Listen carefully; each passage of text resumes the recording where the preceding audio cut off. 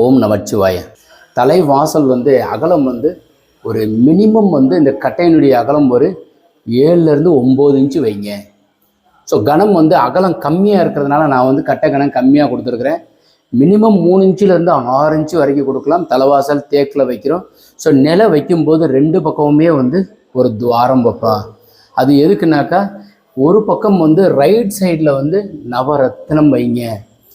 இதில் 50 வைங்க. ஆடி 18லையோ அல்லது ஆவணி 6லையோ நீங்கள் நில வைக்கிறீங்க, அல்லது சுபமுகூர்த்த நாள்லையோ ஜீவன் நேத்திரம் உள்ள நாளில் தலைவாசல் வைக்கிறோம்.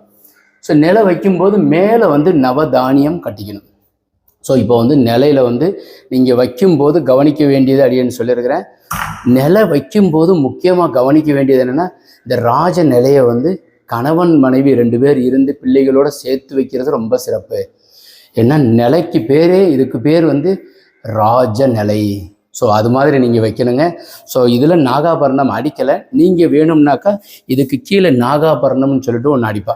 ஸோ அந்த மாதிரி வாய்ப்பு இருந்தால் நாகாபரணமும், அதில் நிறைய ஆர்னமெண்டல் ஒர்க் இருக்கும்.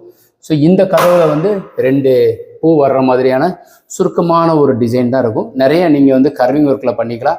முக்கியமாக இதுக்கு மேலே ஓப்பன் விட்டுருக்கிறது கஜலட்சுமி ஒன்று வருது.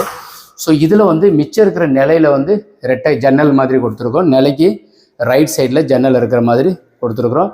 ஸோ இது மாதிரி நீங்களும் தலைவாசல் வைக்கும்போது ஃபாலோ பண்ணுங்கள். இதில் வேறு ஏதாவது சந்தேகம் இருந்தால் நீங்கள் கமெண்ட் செக்ஷனில் பதிவு பண்ணுங்கள். இந்த வீடியோ பிடிச்சிருந்தால் லைக், ஷேர் பண்ணுங்கள், கமெண்ட் பண்ணுங்கள், சப்ஸ்கிரைப் செய்து வைங்க. வணக்கம் ஃப்ரெண்ட்ஸ்.